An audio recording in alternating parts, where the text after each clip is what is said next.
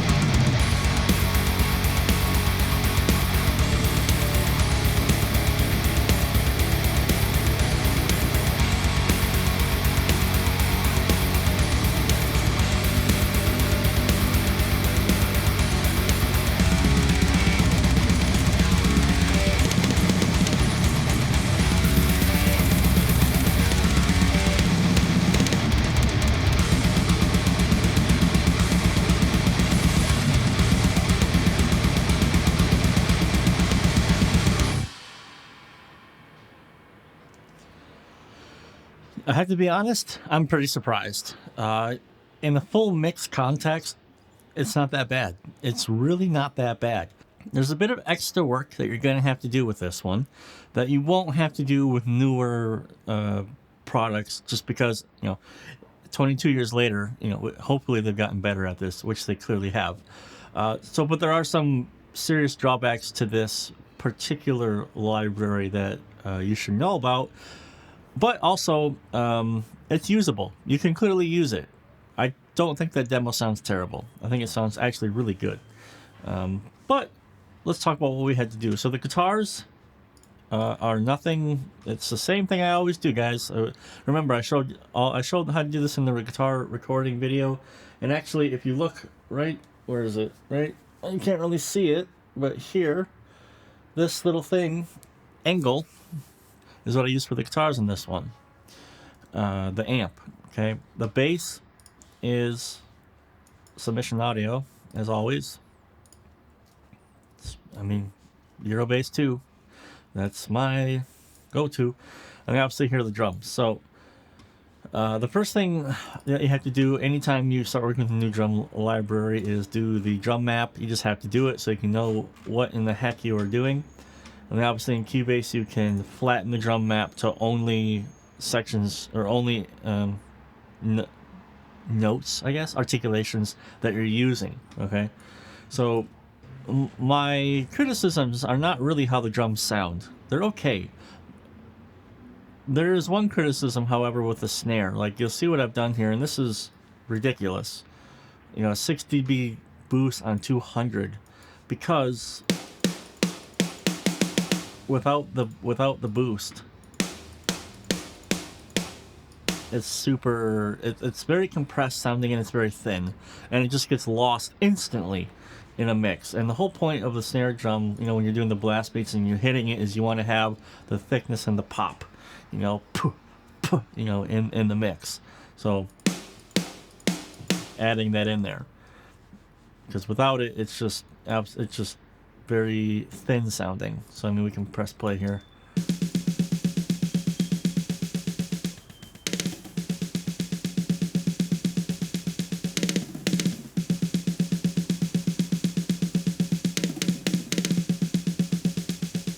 So it's a huge difference. Now the toms are perfectly reasonable. It's the same thing I would always do. The smiley face EQ that I have here, taking out the mids and accentuating the highs a little bit to sort of even out the lows and the high information, so that they sound slick and thick. And that's exactly what's happened here. So the toms.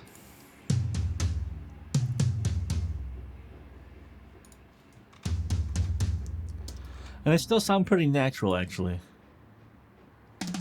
Oops. Like, I'm very surprised about the toms. I mean, these samples are 22 years old or even older at this point, and the toms still react to, you know, digital EQ quite well.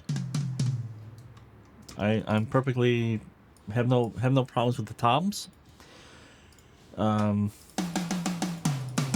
So, what we're really going to talk about now are the cymbals and the rooms. The cymbals are devastatingly sibilant and bright. Look how I'm on the overheads, guys, and I'm doing a cut at 10K. Normally, this is a cut that you might see on the room microphone, but if I hit the ride cymbal, just look how much information is up here. You see all that? It's a gigantic amount of information. If I turn this off, it's just like all that sibilance and white noise just comes right out. But the thing is the cymbals sound good. Like this ride cymbal, I love the bell. I like how it cuts through. But it's so pingy. It hurts the ears. You know, these are all cool. You know, but it's that ride cymbal, just look at that. It just comes way up.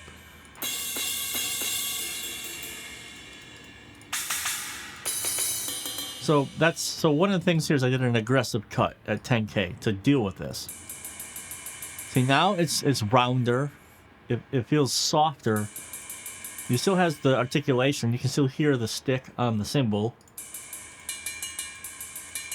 But now it doesn't have that just massive amount of, you know, coming through that just kills the ears.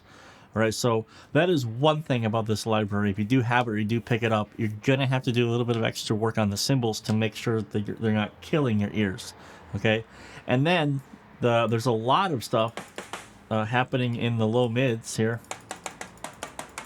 You know, I dug out a tongue. I did an aggressive low cut. What is this? Minus 7 dB at 500, taking out 1900, just really going to town on the overheads because they sound like this otherwise.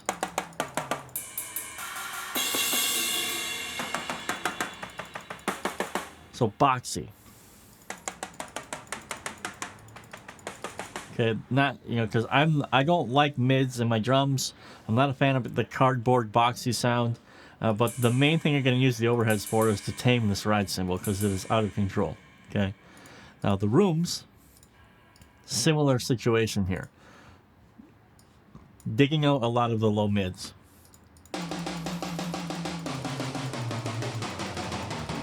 Okay, because without this, just very boxy sounding.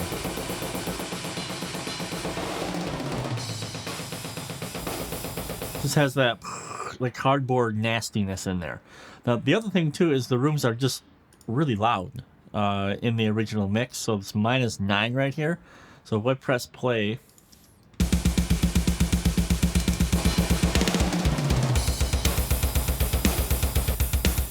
even without doing the crushing the, even without crushing the room channel like I am here with Devil Lock, they're still really loud.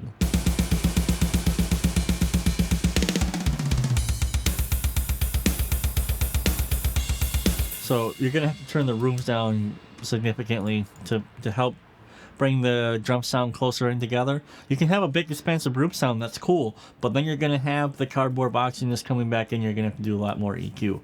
So the interesting thing about the library is not that the samples themselves suck. They don't, which is so surprising because you would think, oh, this is 1999. Clearly the samples are going to be terrible. That's not the case at all. The samples themselves are cool. Just that the snares overcompressed, you're going to have to bump it in 200 area. There's a lot of sibilance in the cymbals. You have to take care of that in the rooms.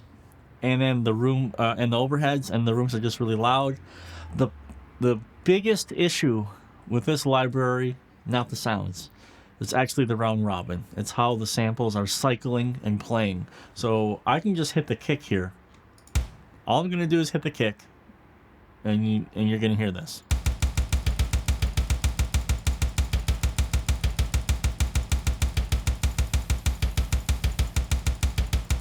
So you can hear it's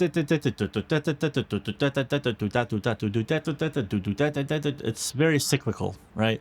It's random, but it's not. And you can't do anything about this. You know, there's in every velocity setting, it's going to have this, and it's just how it's going to be. And it's really freaking annoying. And the problem is, it's on the snare drum too.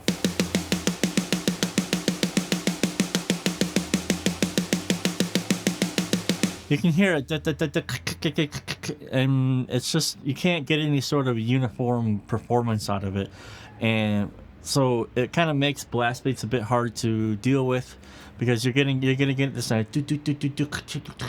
all of a sudden you have a rim shot for some reason. It's like, no, I don't want a rim shot here. And then you're gonna go into the velocity and be like, what the hell is going on here? Here are all of my snares. And you're like, well, I'm not even close to rim shot. Why am I getting rim shots? Okay, that's just because this library is 22 years old, guys. It's not. It's just, we were still in the infancy of drum library programming. And I mean, when this came out, this was just a godsend, because programming drums before this was even harder, was even worse, because then you're using modules, you're using math, and you have to, yeah, even more difficult. Okay, so that's the biggest drawback of this thing. Now, technically speaking, that's pretty much all I have to say. It does come with a bunch of grooves from Drumkit From Hell. You've got grooves from just tons of grooves. Actually, this is some of the best amount of grooves, because there's so many, and triplets and 4/4 and lots of what do you got here? Nagofar, Persuader, Nocturnal Rites. They have tons of grooves, obviously. It sounds fine. You're just gonna have to do a little bit extra work. The other thing is, I just don't understand why this thing is still €80. Definitely don't pick this up for full price. It's 22 years old. €80. I think it's a bit ridiculous, Toontrack. This could easily be 40 or even 35, because this is so old by now, and there are some technical limitations that just the newer libraries just blow it out of the water. But this has a unique nostalgic feel to it, so it was fun playing with this library, and thinking back to the early 2000s, like, my god, this sounds amazing. Ugh! And listening to it now with better ears, better skills, you can absolutely use it to create great music with it, and it'll sound awesome if you follow what I suggested here, which is just, all I have is EQ, basic EQ for all the toms. It's the same exact thing. The EQ, the rooms, and the overheads. Make sure you do a pretty aggressive cut on the overheads to tame the ride cymbal, and that's it. And then I put everything. I used a clipper on the toms. You don't need to. I think I just did it for extra attack, and to make the toms a bit thicker sounding. Just run your drums through a bus compressor, and then you're done. It's still the same kind of process that I would use for a more modern drum sample library, because there's still samples and still a library. But I mean, a little bit of extra care and work had to go into the overheads and the rooms and everything else like that. But otherwise, not really. I just think Toontrack could probably pull the price down on this a little bit, because it's so old. But it definitely will still get some great sounds. Just keep in mind that all the snares are bad, by the way. Like, this is the sonar. All of just that sounds like the skin on the head is about ready to just split in half. All of them.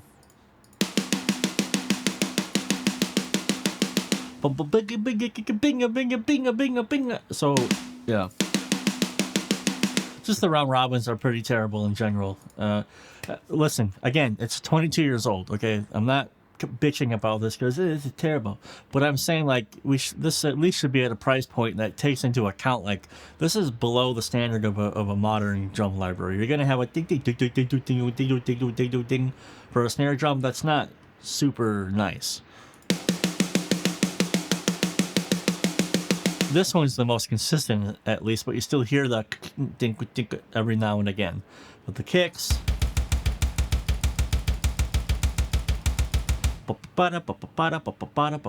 it's very obvious. Toms are not such a big deal because you're not playing toms so consistently. I have to give my hats off to the ride. Until you start playing it too fast. You can clearly hear the sample going ding ding ding ding ding ding ding. And it's just getting cut off, but you know, again, it's 22 years old.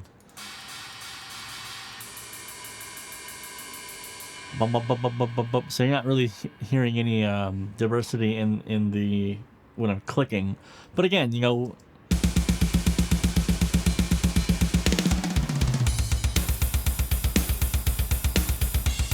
When the whole mix is playing.